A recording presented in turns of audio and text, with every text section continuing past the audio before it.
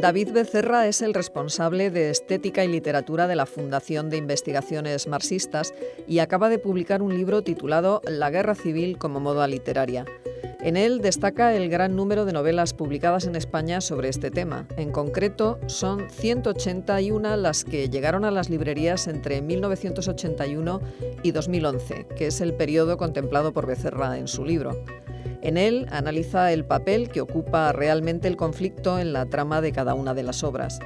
Hoy nos acompaña en Sin Distancias para hablar sobre este trabajo con Antonio García Santesmases, que es catedrático de Filosofía Política en la UNED.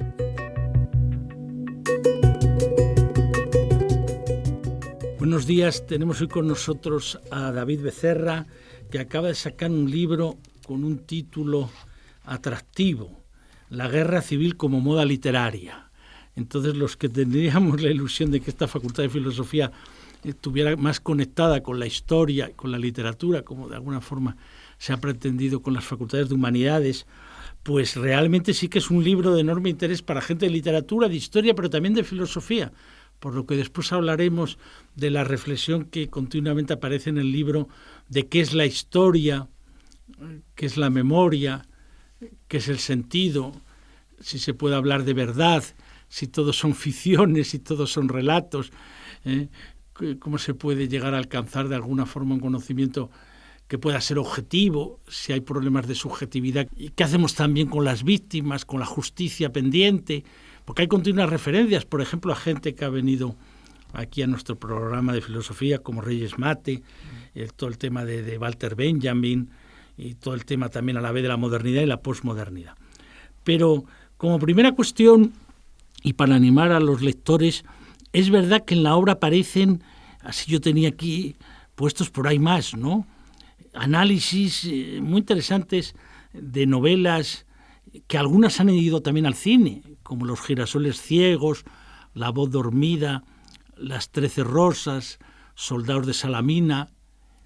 Hay otros que no han llegado al cine, pero que son novelas que han tenido un gran impacto, quizá también por la relevancia de los autores, la de Muñoz Molina, varias, pero también la última, La noche de los tiempos, y las de Almudena Grandes, El corazón helado, Inés y la alegría, o la de Mendoza, quizá menor, Riña de gatos. O sea que hay una enorme cantidad de reflexión. Y entonces ahí hay una pregunta que se plantea, que es en qué medida, pues a partir también de un artículo de Isaac Rosa, que también hace un prólogo, se planteó el tema de otra maldita novela sobre la guerra civil. ¿Qué ocurrió que a partir de un determinado momento comenzó a darse una cierta proliferación de novelas que algunas, digo, iban al cine? Tú reflejas muy bien en el corpus que pones, tú prefieres situarte en el momento, después explicaremos por qué, desde 1989 hasta 2011, donde vienes a plantear que ya hay una nueva generación que más que volver a el pasado, está haciendo novelas más bien sobre la transición o sobre lo que significó la transición, un enfoque distinto. Pero desde ese momento de 1989 hasta 2011 hay muchas obras. ¿Por qué aparece como una moda literaria? ¿Qué entendemos aquí por moda literaria? Bien, lo primero, muchísimas gracias, Antonio, por invitarme aquí a participar en tu programa. Preguntabas qué pasó y por qué de repente surge esta moda y qué entendemos o qué entendí yo por moda literaria o qué se entiende por moda literaria cuando me pongo a leer todas estas novelas, a analizarlas, a tratar de dar una respuesta a esta pregunta que en el fondo nos hacíamos todos, ¿no? ¿Por qué de repente hay tantas novelas sobre la guerra civil? Yo entiendo por moda literaria un esquema narrativo que independientemente de si hablan o no de la guerra civil, que sí, en este caso todas las novelas que se analizan aquí hablan de la guerra civil, pero la guerra civil en un sentido más amplio, es decir, no solo lo que ocurre entre 1936 y 1939, sino también todas aquellas novelas que hablan de la República, pero la República no entendida como como un episodio histórico autónomo con su propia sustancialidad histórica, sino como meramente un antecedente de una guerra que parecía que iba a llegar inexorablemente. Y también entiendo aquellas novelas de la posguerra donde todavía los episodios de posguerra se entienden que están determinados o que son una consecuencia inmediata de lo que sucedió entre 1936 y 1939. Se entiende como moda literaria novelas que reproducen el mismo esquema, independientemente del tema que traten, ¿no? Pero en este caso sí hablan de la guerra civil. ¿Cuál es el esquema que reproducen la mayoría de novelas que nosotros podemos decir que forman parte o contribuyen a esa moda sobre la guerra civil? Son novelas que casi siempre empiezan en el presente. Es un personaje que vive en un presente apacible, en un presente en el que no reconoce las tensiones que hoy vivimos y sufrimos en este presente, que evidentemente es muy conflictivo a pesar de lo que nos digan las novelas, y que sin ninguna voluntad y sin ninguna vocación de descubrir el pasado, descubre de pronto que un turbio episodio del pasado que curiosamente sucede en la guerra civil. A partir de allí, el personaje empieza a investigar, empieza a contarnos la guerra civil tal cual la concibe sin haberla vivido, es decir, es una memoria de segunda o tercera generación, lo que en los estudios literarios se ha llamado la posmemoria, ¿no? Es decir, alguien que recuerda no lo que ha vivido, sino que lo que vivieron sus abuelos o sus padres, ¿no? Y a partir de allí se describe el pasado y una vez se conoce ese pasado, pues descubre que es una persona totalmente distinta. Una persona, ni un país, ni un colectivo, un sujeto individual que de repente se conoce a sí mismo mejor de lo que se conocía antes. Ese es un poco el esquema de estas novelas que realmente son las que participan en esta moda literaria.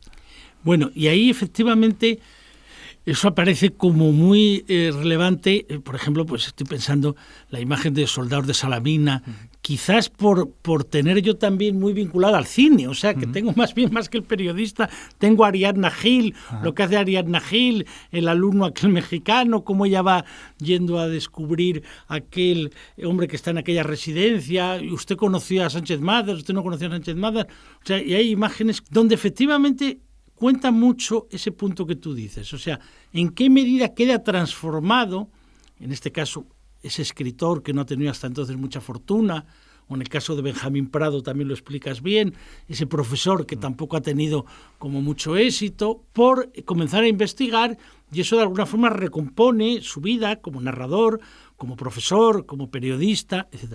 Pero has dicho una cosa muy importante, ¿no? ¿Nos dan o no pistas también de momentos del pasado? Y aquí hay un punto de gran interés en la obra. Digo porque me ha venido a la cabeza cuando hablabas el recuerdo que tengo de un debate con Almudena Grandes en la Escuela Julián Besteiro. Entonces ella fue a presentar Inés y la alegría. Yo ya me había leído la novela, estaba allí, tenía interés yo ver un poco cómo se evolucionaba, ¿no? Y recuerdo mucho que uno de los que estaba allí, al oír mi intervención, me dijo, claro, aquí lo que se nota es que a ti lo que te interesa es la historia, más que la literatura. Digo, hombre, sí, es una cosa de oficio. Me interesa más la historia por las referencias, porque sí que nos dan pistas sobre momentos históricos. O sea, por ejemplo, en aquel momento, yo, en la interpelación que le hacía a Almudena, a mí me había interesado mucho, por ejemplo, pues cómo aparecía la figura de Manuel Azcárate, porque la habíamos tenido en este programa de radio, a Manuel Azcárate, no cuando sacó las memorias, pero antes sí que la habíamos tenido, yo la había tratado, entonces sí me interesaba mucho ver, yo había leído sus memorias, lo poco que hablaba del Valle de Arán, y cómo efectivamente eso, pues ella le da la idea, y contó con gracia en aquel momento que su compañero, su marido García Mateo, le había dicho, oye, muchas fascinadas por Jesús Monzón, la última tú, porque al final estabas completamente fascinada, pero sí nos da una idea de lo que fue la invasión del Valle de Arán y tal. Pero más allá de los momentos de qué pasó, hay una cosa que a mí me parece de gran interés, que tú planteas. Vamos a ver, para hablar de la guerra civil se habla del momento anterior a la guerra civil. Y al hablar del momento anterior a la guerra civil, es verdad que se subraya mucho la polarización social, política, ideológica, de alguna forma como si se volviera a lo de José María Gil Robles, no fue posible la paz. Mire usted, aquello ya eran dos Españas que estaban abocadas irremediablemente al conflicto y a la guerra civil. Claro, eso tú ahí planteas, por ejemplo, un texto pues muy oportuno de Julián Casanova, de decir, bueno, pues mire usted, que tampoco es claro que hubiera un elemento de conflictividad en el 36, en aquella primavera, mucho mayor que la que había habido en otros momentos. Claro. O sea, la idea de que ello era inexorable, otros lo podrían llevar al debate interesante también, de qué ocurrió en el mundo político, por ejemplo, pues el debate que ha habido Jackson y otros, y Moradiellos y Santos Julián, trabajado, de qué pasó en el Partido Socialista, por qué no se le permitió gobernar a Prieto, porque había aquella división entre Prieto y Caballero, si Prieto hubiera podido formar gobierno con Azaña, si se hubiera impedido el golpe. Eso fue un problema que ha atravesado años y años, si la posición de Caballero fue excesivamente intransigente, y eso provocó que al final los republicanos no tuvieran consistencia para hacerse cargo de la situación. En fin, eso ha llevado a un debate muy amplio. Pero lo que sí que me interesa mucho es la imagen que tú vienes a decir, qué interpretación se da de los años previos. Entonces subrayas mucho la interpretación de la polarización. Y ahí hay un, perdón, el excursus es tan largo, un novelista con el que tienes una especial, iba a decir aquello que recuerda aquello del joven Ortega. Dice, mire usted, no hay cosa más importante en la vida que saber contra quién se está, contra él cuando él estaba contra Unamuno, que es contra Muñoz Molina. O sea, ahí aparece que efectivamente tú ahí haces toda una interpretación de lo que es La noche de los tiempos, el título, ¿no? El título de esas imágenes, más allá de que él después acabara ya desde el 36 fuera de España, más allá que estuviera atraído por aquella norteamericana, la imagen un poco de como si aquello estuviera abocado inexorablemente al conflicto, al golpe, de alguna forma a la polarización de las dos Españas.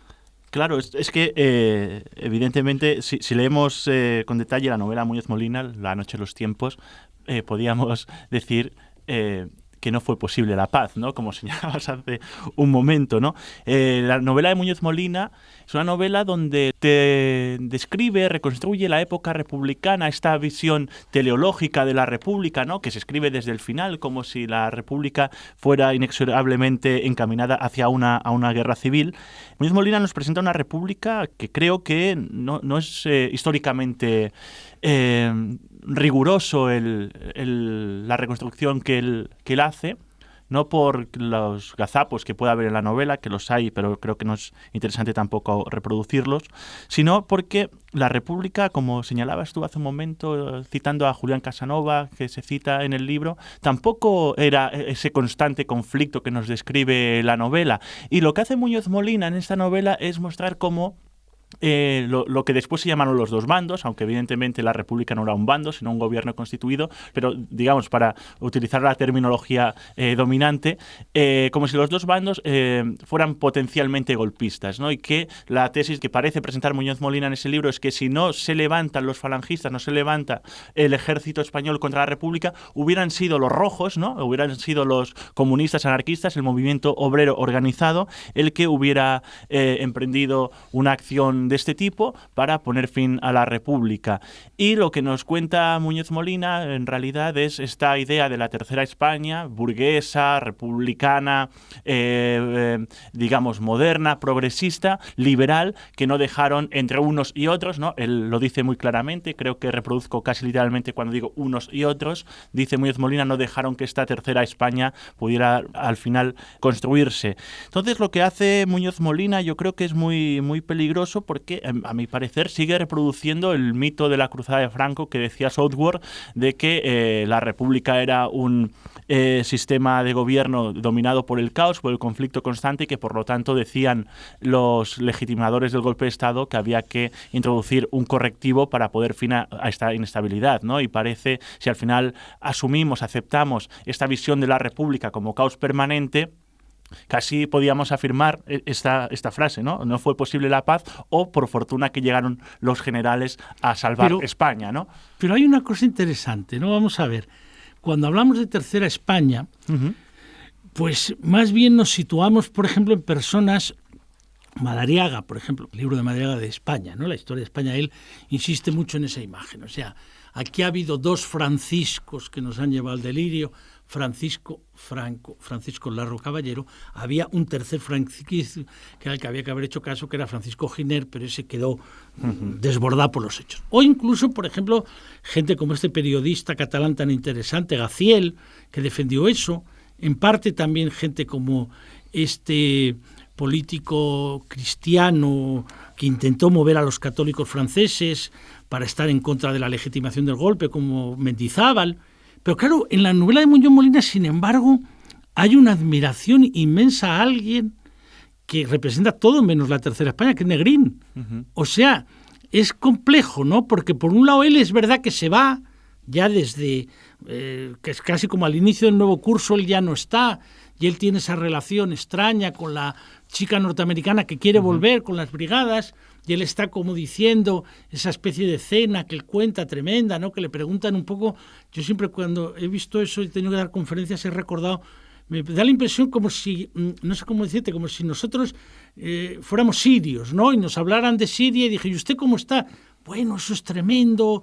Por un lado, por mí usted está el Estado Islámico, pero por otro la dictadura de Bashar al-Assad, pero los norteamericanos, no hay allí quien tenga un poco de luz, aquello es un mundo tremendo. Bueno, es un poco como esa imagen de qué es lo que ha pasado ahí.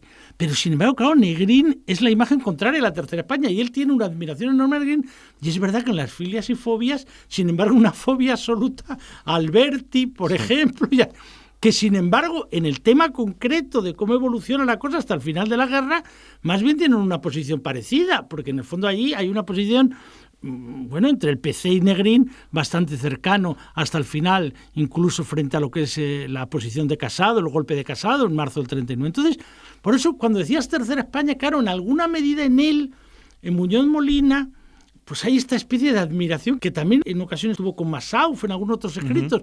Entonces, es como si él hubiera allí una especie de viaje, ¿no? Sí, es curioso. Por un lado le atrae la Tercera España, claro, pero por otro lado le atrae el hombre que resiste hasta el final. Claro, pero como la novela termina, si no recuerdo mal, a finales del 36, claro, sí, si continuara, que por suerte no continúa, porque ya tiene, creo, sus 800 páginas, si además llegara al 39 ya sería una obra tremenda, ¿no? Serían ya los episodios nacionales de Muñoz Molina. No, pero si continuara, no sé cómo aparecería posteriormente Negrín desde la óptica de Muñoz Molina, pero...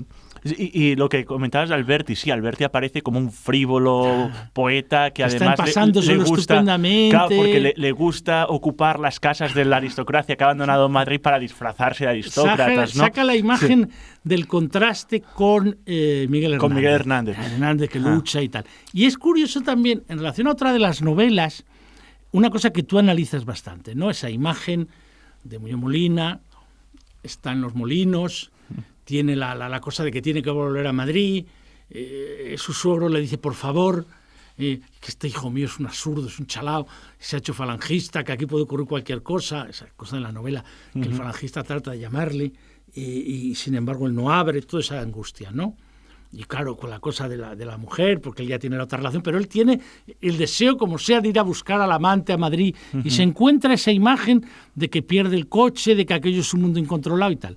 Curiosamente, muy distinta a la imagen de Inés y la Alegría, que hablas incluso de República Pop, porque claro, hay un momento que ella se le ha ido toda la familia, entonces ella se lo pasa estupendamente.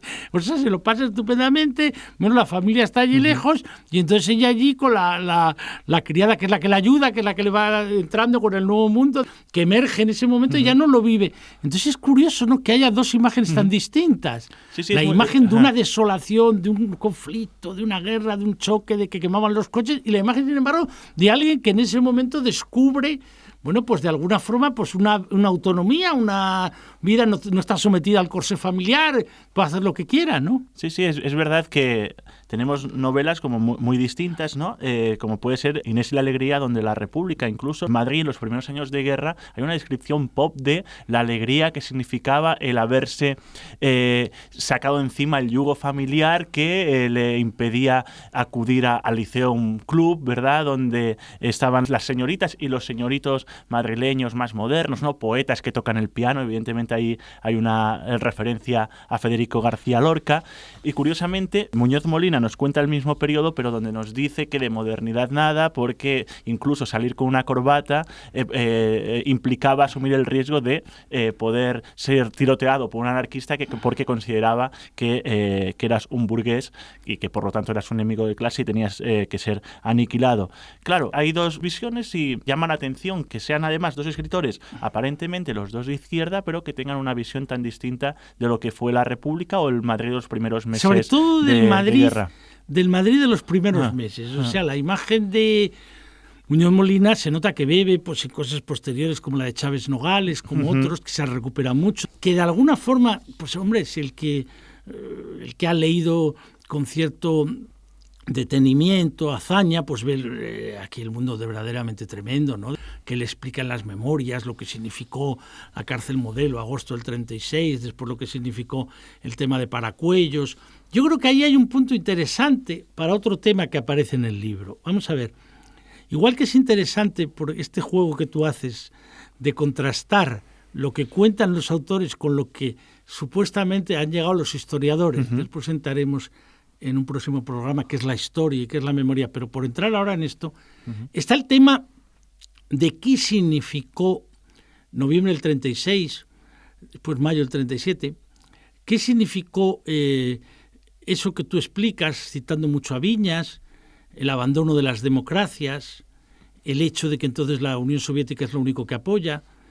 ¿Qué significó eso en el mundo de las fuerzas republicanas? Y claro, ahí efectivamente hay un punto que a mí me parece decisivo, que es noviembre del 36, en el momento que el líder de la JSU, que es Carrillo, decide pasarse al Partido Comunista. Entonces, el impacto que tuvo para aquella generación de su padre, de Caballero, de todos ellos, el que ha estudiado un poco lo que es en los documentos del exilio, la biografía de Llopis, bueno, claro, todo eso para ellos fue tremendo. O sea, para ellos fue como una traición terrible. O sea, ellos lo vivieron como que cómo es posible que el chico que habían cuidado, porque los otros era distinto. Claudín había sido desde el principio joven comunista, el propio Azcárate, pero que fuera el hijo de Wenceslao el que se pasara, el que las fusionara, el que después se pasara al Partido Comunista, en noviembre del 36, todo eso hace que ahí hay un punto. Y por tanto, a mí me parece que hay, en los análisis de Viñas, que son muy rigurosos desde el punto de vista de ver los archivos, la política internacional, lo que pretendía la Unión Soviética, para explicar lo que era la estrategia de los frentes populares desde la época de Dimitrov y cómo era verdaderamente loco toda la idea de que ellos pretendían una posición revolucionaria en el sentido de los primeros congresos de la Internacional Comunista, pero no cabe duda que hay un efecto, y es que un partido que era pequeño empieza a crecer cada vez más, tiene una fuerza que es la única potencia que está defendiendo, las democracias han abandonado la república y claro, tiene una fuerza en la defensa, además es un partido más hecho para el combate bélico. Los partidos comunistas siempre han estado más en eso que los partidos socialistas, son partidos más electorales, más parlamentarios, más de la vida, digamos, democrática. Entonces, claro, todo ese punto es un punto de gran interés. Y ahí pues aparece un novelista que tú le das también muy duro, porque el libro tiene dureza en el sentido de Muñoz Molina, que es Martínez de Pisón, John Dos Passos, Hemingway, todo lo que explicas ahí, es decir, digamos, la interpretación que se viene a dar de lo que ocurrió. ¿Cómo es el papel que hace Martínez de Pisón? ¿Cómo explica la otra cara que tú dices? Sí. Porque tú dices, está por un lado el tema de que en qué medida fue inexorable la paz y después la otra cosa, en qué medida la república no era una república liberal, parlamentaria, democrática, sino que era una república absolutamente vinculada a Moscú, con lo cual efectivamente la elección única era fascismo-comunismo. Sí, lo primero sobre el crecimiento del Partido Comunista una vez iniciada la Guerra Civil Española, que evidentemente el crecimiento es enorme, porque antes del golpe de Estado el PC era... por otro lado, igual que Falange, eran dos partidos minoritarios que solo empiezan a crecer una vez ya el conflicto sale, digamos, de la política y llega al ámbito bélico, ¿no? Y lo estudia muy bien este ascenso del Partido Comunista en la Guerra Civil Fernando Hernández Sánchez en su libro magnífico de Guerra o Revolución, el Partido Comunista de España en la Guerra Civil Española. Fernando Sánchez, que además acaba de sacar ahora mismo como una continuación de este libro, que se titula Los años del plomo, donde habla del PC ya una vez terminada la Guerra Civil Española y que es igualmente sumamente interesante. Para responder a tu pregunta, déjame que vuelva a lo que hablábamos antes de la Tercera España, ¿no?, que planteabas. Claro, hablar de Tercera España significa asumir que hay una España fascista que quiere instaurar una dictadura autoritaria fascista, y por otro lado que tenemos una España roja gobernada por socialistas comunistas y que por lo tanto es necesaria una España intermedia, liberal, burguesa, moderna, etcétera. Pero es que yo creo que la República ya era en sí misma la Tercera España, porque en la República no había ninguna revolución en marcha. La República, la presencia comunista antes de la Guerra Civil era minoritaria, por lo tanto, creo que asumir y en parte esta idea de que era necesaria una Tercera España significa también asumir este mito franquista que necesitó el franquismo para legitimar el golpe, y es que en España había que introducir un correctivo porque si no se iba a estallar una revolución comunista, ¿no? Por lo tanto, creo que hay que matizar mucho, trabajar mucho, reelaborar esta idea de Tercera España.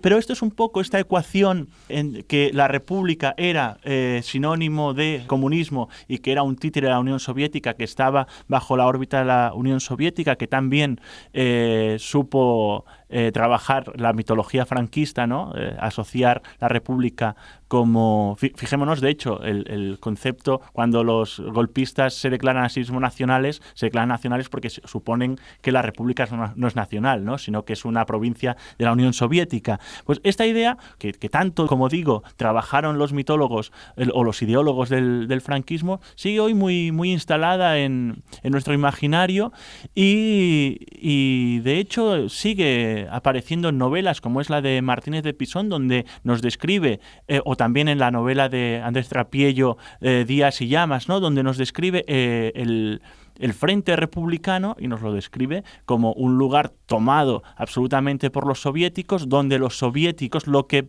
pretenden es aniquilar a todas las fuerzas de la izquierda para hacerse ellos con el control total y totalitario del Frente Republicano, del Ejército Popular Republicano, y que por lo tanto hay que denunciarlo, ¿no? Nos dicen estas novelas.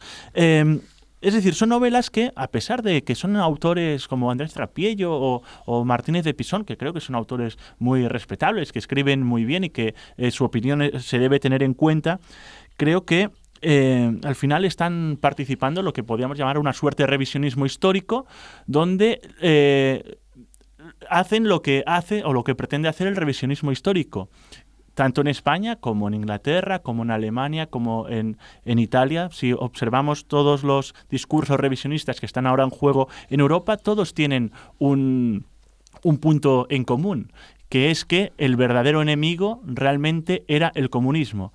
Y, por lo tanto, a quien hay que atacar, aunque sea semánticamente, discursivamente, ideológicamente, es al comunismo. Y si para eso hemos de desplazar el foco de la represión o del terror blanco y desplazarlo hacia el terror rojo, pues bienvenido sea, porque forma parte de la estrategia revisionista que hoy hay en juego. Realmente estas novelas, la de Martínez de Pisón, la de Trapiello, en parte también la de Muñoz Molina, lo que están participando es lo que yo llamo una alucinada Tercera Guerra Mundial, ¿no? Donde, a pesar de que el comunismo ya fue aniquilado una vez termina la Guerra Fría, es necesario, por si acaso el fantasma vuelve a asomarse y vuelve a estremecer el mundo, ¿no?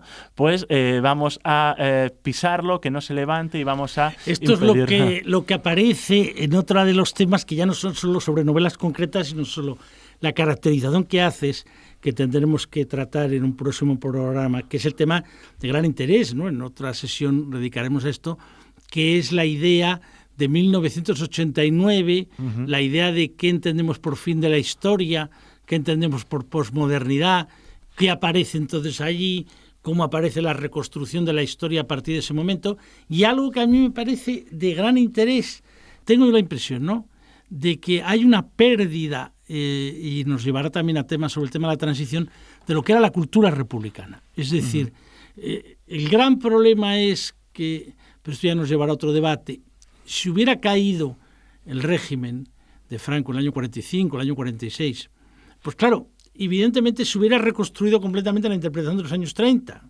Claro. O sea, lo que ocurre con la muerte de Caballero en el 46, cuando le despiden con todos los honores en París y con gran culpa todos los socialdemócratas y los demócratas franceses que habían abandonado la República, lo descubren con todos los honores, hubiera sido lo que hubiera pasado en España Porque entonces ya Caballero, ¿quién hubiera sido? Pues un señor que había estado en un campo de concentración.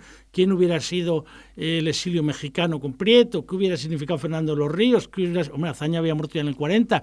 Es decir, todo hubiera sido distinto, porque aquella Unión Soviética había sido decisiva para acabar con el nazismo. Claro. Si no, no hubieran podido acabar con el nazismo. Pero claro, al producirse la perduración del régimen, al producirse la Guerra Fría, al producirse la división en bloques, al producirse la pervivencia de Franco como centinela de Occidente apoyada por los americanos, eso ya hace que esa cultura republicana muy compleja, que tenía muchos matices, queda como vinculado a la idea de que en España, en el fondo, pues realmente nunca hubo democracia, que era un poco la posición de Churchill. Sí, yo por qué tenía que apoyar a esos señores si realmente allí nunca hubo democracia. ¿Por qué se quejan ustedes de que yo haya apoyado a Franco? Yo apoyo a Franco porque, oiga, lo otro era el comunismo. Esa era la posición de Churchill. Y esta es la teoría del apaciguamiento que ahora está en juego. Eso aparece, claro, ya aparece todo eso, claro. Que ahora se está poniendo mucho en valor. Y en el revisionismo inglés, por ejemplo, claro, ahora mismo están lamentando que ese pacto con el nazismo de la élite británica hubiera cambiado en efecto la historia. Y la Unión Soviética hubiera desaparecido seguramente mucho antes. Fíjate, a lo mejor, eso ya es llevar la cosa por lejos. Pero bueno, sí, pueden incluso llevar a esa posición. Bueno, pues muchas gracias, David. Te invitamos a un próximo programa para seguir hablando de la guerra civil como moda literaria. Muchas gracias.